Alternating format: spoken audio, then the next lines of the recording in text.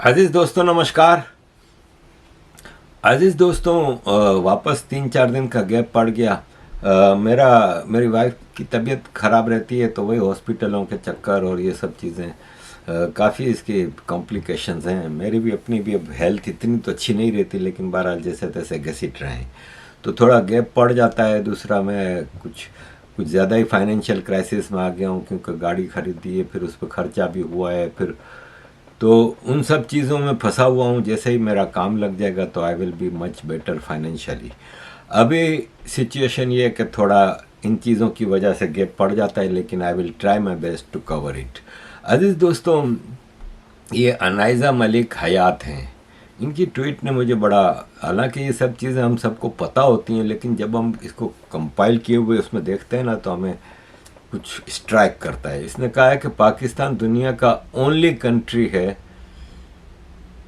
जिसने अपनी ज़बान इंडिया से ली है, ज़मीन इंडिया से ली है, कल्चर इंडिया से ली है, आइडेंटिटी इंडिया से ली है, जिसके एंसेस्टर्स, जिसके पुरखों के लोग जो थे वो हिंदू थे, इंडिया से थे, लेकिन स्टिल पाकिस्तान के लोग भारत से इतनी नफरत क्यों करते हैं? ऐसे इडियट इतने हाई क्वालिटी के आपको कहीं और नहीं मिलेंगे। And I agree with this.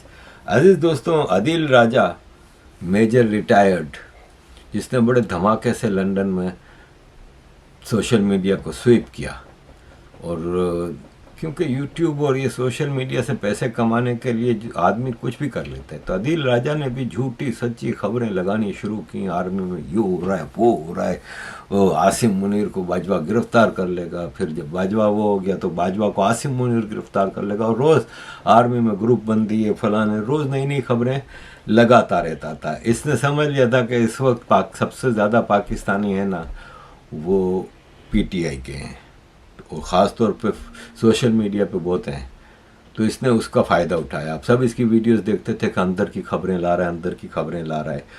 और फिर दूसरा, इंडिया के लोगों के लिए भी बड़ा स्ट्राइक था कि हाँ यार, पाकिस्तान का रिटायर्ड मेजर है, अभी अभी रिटायर हुआ है, अंदर की खबरें ला रहा है, ये वो है। तो इसने बड़ा माल बनाया। अब ज़ाहिर है फिर आप झूठ बातें करेंगे सेंसेशनलाइजेशन करके, तो हम भी चीज़ें लगाते रहें, लेकिन नहीं, हमने हमेशा कोशिश की है। जैसे दाऊद इब्राहिम की मौत की खबर पे मैंने पूरी कोशिश की कि जो सच है वो सामने रखूं। उस वक्त ऐसे मौक़ों पर क्या होता है कि आप व्यू कमा लेते हैं, अब आपको कोई ख़तरा नहीं है, आपने 1 मिलियन व्यू कमा लिया, आपने अच्छा माल बना लिया, ठीक है। फिर इसने भी यही किया, इसके ऊपर फिर केस बने यहाँ पे, और इसको केस हारता क्या ये, क्योंकि आप झूठ तो फिर ऐसे कंट्री में हैं जहाँ पे लॉ बड़ा स्ट्रॉन्ग होता है, तो फिर झूठ आपका चलता नहीं, पाकिस्तान वगैरह में चल जाता है।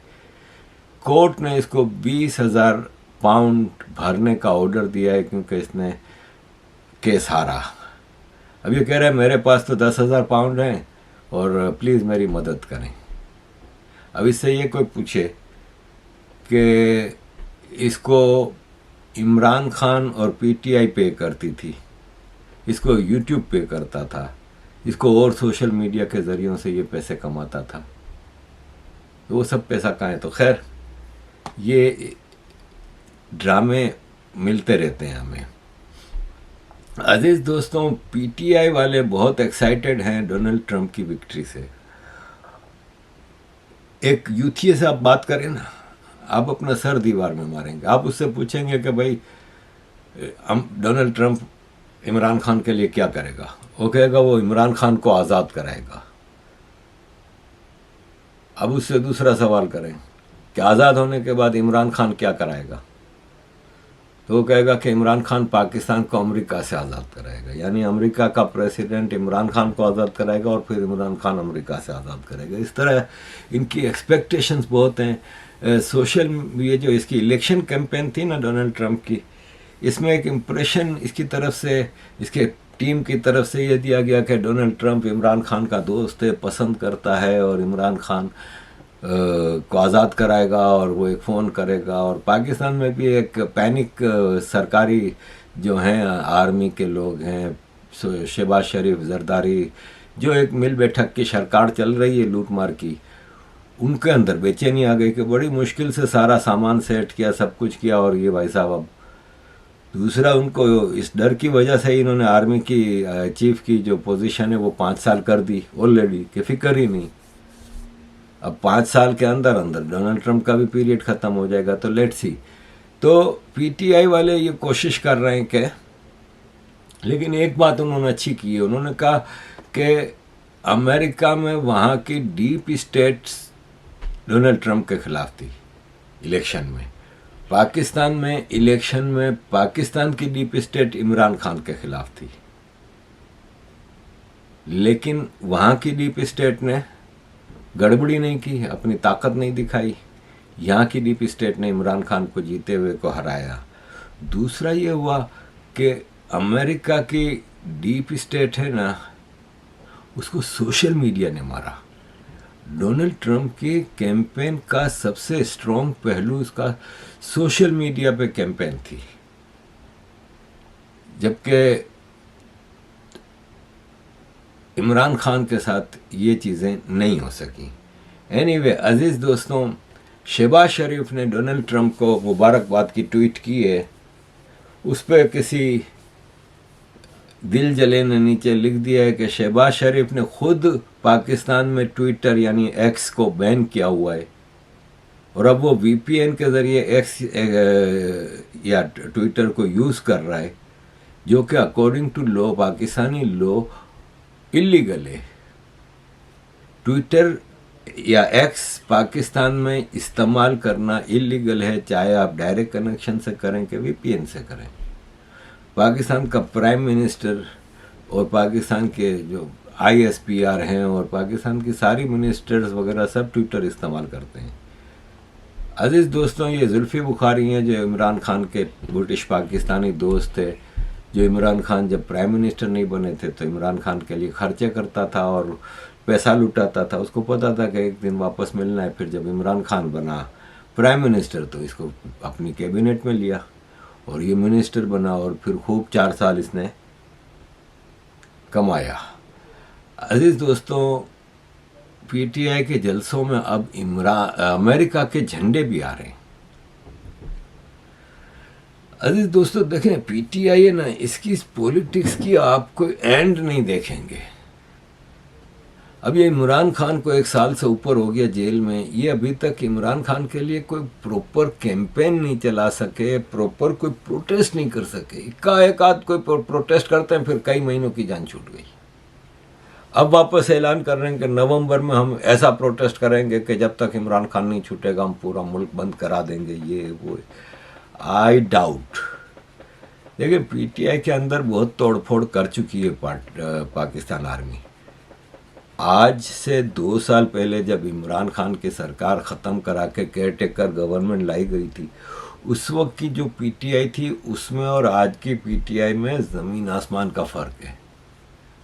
उसकी जो मेजर कैबिनेट थी वो पीटीआई के खिलाफ बैठ गए, मतलब आर्मी के कैंप में मजबूरी में या खुशी से या लालच से बैठ गए। कराची से तो सफाया हो गया। जिसको गवर्नर सिंध बनाया था, 4 साल अय्याशियाँ की इमरान इस्माइल, आर्मी ने घर में बिठाया हुआ, आराम से वो छोड़ के जा चुका है। Ali Zaidi port and shipping का मिनिस्टर था, वो भी। फैसल वावड़ा तो पूरा चला ही इसके खिलाफ है। और फैसल वावड़ा के लिए आप लोग अगर मेरी 5 साल पुरानी वीडियोस देखेंगे या 6 साल पुरानी, जब इमरान खान जीता था तब मैं यही बता रहा था कि औरंगी टाउन से फैसल वावड़ा खड़ा हुआ है, जो ज़िंदगी में औरंगी टाउन नहीं गया। पाकिस्तान एशिया की सबसे बड़ी स्लम है ये, पूरी जो झोपड़पट्टी होती है वो सबसे बड़ी एक कच्ची आबादी, औरंगी टाउन। औरंगी टाउन से फैसल वावड़ा जैसे एक अय्याश, पता नहीं किस किस जरियों से पैसा बनाया इसने, एक अय्याश आदमी को, क्योंकि उसका कोई वो कॉन्स्टिट्यूंसी नहीं थी, वो डिफेंस से था। डिफेंस से जो प्रेसिडेंट पाकिस्तान का प्रेसिडेंट आरिफ अलवी जो बना वो भी डिफेंस है, इमरान इस्माइल भी डिफेंस है, अली जैदी भी डिफेंस है, फैसल वावड़ा भी डिफेंस है। पीटीआई में कराची में सारा क्रीम ही था ना, जो आर्मी और सिविल ब्यूरोक्रेट्स या स्मगलर टाइप के लोग, वही लोग थे ना। तो अजीज दोस्तों, पीटीआई का इमरान वावड़ा है, ये फैसल वावड़ा है, ये जो खबरें दे रहा है वो जैसे ज्योतिषिक बताता है ना कल क्या होने वाला है परसों, वो ये बता रहा है। इसने कहा कि परसों इमरान खान की बीवी छूट जाएगी। 1 साल से तकरीबन इमरान खान की बीवी भी जेल में। इसको कहाँ से पता चला? और एग्जैक्टली 1 दिन के बाद नेक्स्ट डे इमरान खान की बीवी छूट गई। ये इसने इमरान खान की बहनों के हवाले से कहा। किसी की गिरफ्तारी से पहले बता देता है कि ये फलां गिरफ्तार होने वाला है, कोई गठजोड़ होने वाला है, कोई एग्रीमेंट होने वाला है, कोई डील होने वाली है, कोई स्टेप उठाने वाली है सरकार, ये 1 दिन पहले कैसे बता देता है? इसका मतलब सब सीधा साधा है ना कि ये उनका किचन कैबिनेट का आदमी है, इनका बहुत ज़्यादा ट्रस्ट वाला बंदा है, जो इनकी एक एक चीज़ की मीटिंगों में, ऑनलाइन चीज़ों में इन्वॉल्व रहता है। अजीज दोस्तों, पाकिस्तान कहाँ जा रहा है? ये आम पाकिस्तानी के हिसाब से आप देखें ना तो ये ज़ैद हामिद है। ज़ैद हामिद को भारत में तो अब जाहिर कोई सीरियसली नहीं लेता, दूसरों को ही नहीं लेता। पाकिस्तान में भी जो पढ़ा लिखा तबका है वो सीरियसली नहीं लेता है, लेकिन जो मदरसों वाला तबका है ना, वो पढ़ा लिखा है तो भी उनको सपोर्ट करता है। मुझे याद है एक लड़का कराची से मेरा ऑनलाइन दोस्त बना था, मेरी शादी से भी पहले की बात है, 97 में, और उस वक्त वो स्कूल में था और एक MIRC ऐप होती थी कंप्यूटर पे, उस पे चैटिंग होती थी। शुरू की ये पहली मेरी नज़र में चैटिंग ऐप थी, तो उस पर दोस्त बना था और फिर बातचीत होती रही, सब कुछ होता रहा।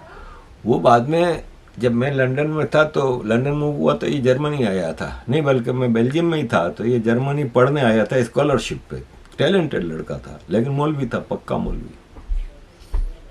और फिर जर्मनी आया, जर्मनी में इसने मास्टर्स किया, शायद PhD भी किया, और बगैर कोई खर्चा किए जॉब करता था और सब कुछ। फिर PhD करने के बाद जर्मनी से वापस पाकिस्तान चला गया, और पाकिस्तान जाके मैंने पूछा क्या कर रहे हो, तो बोला मैं आलिम का कोर्स कर रहा हूँ। अब आलिम का कोर्स कर रहा है 7 साल का, वो कर लिया। अभी उससे तो मेरी बात काफ़ी सालों से नहीं हुई, तो उसके भाई से मेरी बात हुई पिछले दिनों। मैंने क्या कर रहा है, कहता है वो वहाँ पे कुछ कंपनियां भी चला रहा है और NGOs भी चला रहा है। तब जो मौलवी ख़ानदान का है, जिसका मतलब शरई दाढ़ी भी रखी थी, जर्मनी में था तो भी, और जो पढ़ने लिखने में भी PhD करके गया। और वो मेरी जब दोस्ती हुई थी तो ये रोबोट बनाता था, 97 की बात है, रोबोट बनाता था वो एक्सपेरिमेंट करके। तो साइंस फील्ड का था, ये भी नहीं है कि कोई इस्लामिक। लेकिन एंड ऑफ द डे आपका ये जो ज़ैद हामिद है ना, उसका और आपका इंटेलेक्ट लेवल ऑलमोस्ट सेम होता है, चाहे आप PhD कर लें। वो जो है ना इकबाल की जो ज़्यादा वो करें, ये लब्बैक वाले हो गए, ज़ैद हामिद वाले हो गए, ये समझते हैं कि बस हम मुसलमान हैं ना, इसलिए हमें सबसे लड़ पड़ना चाहिए। हमारे पास एटम बम है, हमारे पास गोरी है, हतफ है। तो ये ज़ैद हामिद, अब आप देखें ऐसे लोग हैं ना, उसने पाकिस्तान की जो मेजॉरिटी सोसाइटी है ना, उनका दिमाग इस तरह का रखा हुआ है, वायोलेंट, फ्रस्ट्रेटेड और बस सबसे नफरत। और ऐसी सोसाइटी बिल्ड करके आर्मी पाकिस्तान को रूल कर रही है। लेकिन अपना पाकिस्तान का ये हाल है कि बलूचिस्तान में कोयटा में ट्रेन में धमाका हुआ, जाफराबाद में, और बलूचिस्तान लिबरेशन आर्मी के मजीद ब्रिगेड ने इसकी रिस्पॉन्सिबिलिटी भी एक्सेप्ट कर ली, और उन्होंने कहा कि ये पाकिस्तान आर्मी के सिपाही थे जो कि इन्फेंट्री स्कूल से कोर्स ख़त्म करने के बाद जाफर एक्सप्रेस से वापस जा रहे थे कोयटा से। तो दर्जनों मरे। ये खलीलजादे जो है अमेरिका का जो रिप्रेजेंटेटिव था अफ़गानिस्तान और पाकिस्तान के लिए, उसने भी इसको कंडेम किया। उसने कहा दर्जनों फौजी मारे गए। तो मुल्क तो संभाला नहीं जाता। भारत के army chief, ex army chief कहते हैं कि मैं कॉलोनी के फ्लैट में रहता हूँ, कोई प्रोटेक्शन नहीं है, पार्क जाता हूँ तो कोई पहचानता भी नहीं है। ये हाल में रिटायर होने वाला आर्मी चीफ का हाल है। और पाकिस्तान में आर्मी चीफ तो पूरी दुनिया को पता है कि ये जो सड़ा हुआ आदमी है ना, ये पाकिस्तान का एक्चुअल रूलर है, पाकिस्तान का आर्मी चीफ है। अब ये है ना आसिम मुनीर, ये जब ईरान के फॉरेन मिनिस्टर के साथ मीटिंग करने आ रहा था तो ईरान के सिक्योरिटी गार्ड ने इसको रोक लिया, क्योंकि साला शक्ल से, बॉडी लैंग्वेज से, पर्सनालिटी से कोई चपड़ासी ही लगता है ना, तो उसको रोक लिया सिक्योरिटी के चक्कर में।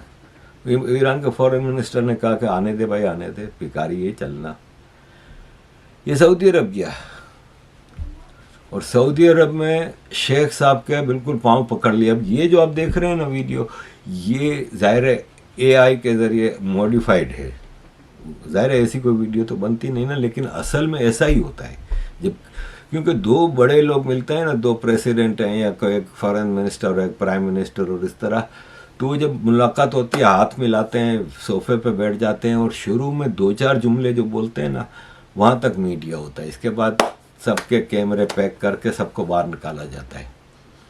फिर जो कंसर्न पीपल है ना दोनों ग्रुप के साथ, जैसे आर्मी चीफ है तो उसके साथ कौन कौन है, या जैसे सऊदी मिनिस्टर है तो उसके साथ कौन कौन उसके एडवाइज़र्स वगैरह हैं, सिर्फ वही रह जाते हैं। वहाँ पे असल डिस्कशन होती है, वहाँ पे पता है कोई कैमरा नहीं, कोई कुछ नहीं, तो पाँव पकड़ लेते हैं कि माई बाप बचाएं। देखें, ये इमरान रियाज खान ने कहा है कि पाकिस्तान इस्टेब्लिशमेंट यानी आर्मी और सरकार यानी शहबाज शरीफ कंटिन्यूसली मोहम्मद बिन सलमान से मिल रहे हैं। ये शायद इनको जो बाइडेन के जाने का प्रेशर है, और उनको पता है कि मोहम्मद बिन सलमान के ट्रंप से बहुत अच्छे ताल्लुकात हैं, और ट्रंप के जो दामाद हैं जेरेड, जो कि इवांका ट्रंप के शोहर हैं, उनसे मोहम्मद बिन सलमान की बहुत अच्छी दोस्ती भी है। दोनों are from same age group. तो ये मोहम्मद बिन सलमान से मिल रहे हैं आसिम मुनीर और शहबाज शरीफ और इसाक डार बार बार, कि उससे ट्रंप के कैंप में मैसेज भेजना है कि हम आपके साथ हैं माई बाप, हम तो गुलाम हैं, जो भी उस सीट पे बैठेगा हम उसके गुलाम हैं। ये वो कोशिश कर रहे हैं। तो इस वक्त ये है कि पाकिस्तान की जो तरक्की का सफ़र यूं जाना चाहिए ना, वो यूं ही जाता है, लेकिन फिर ऐसा नहीं चाहता है। तो ज़ाहिर है हर जगह हर चीज़ आपके कंट्रोल में नहीं होती। तो अजीज़ दोस्तों, this is the situation about Pakistan. Thank you very much for all your support. Kindly keep supporting.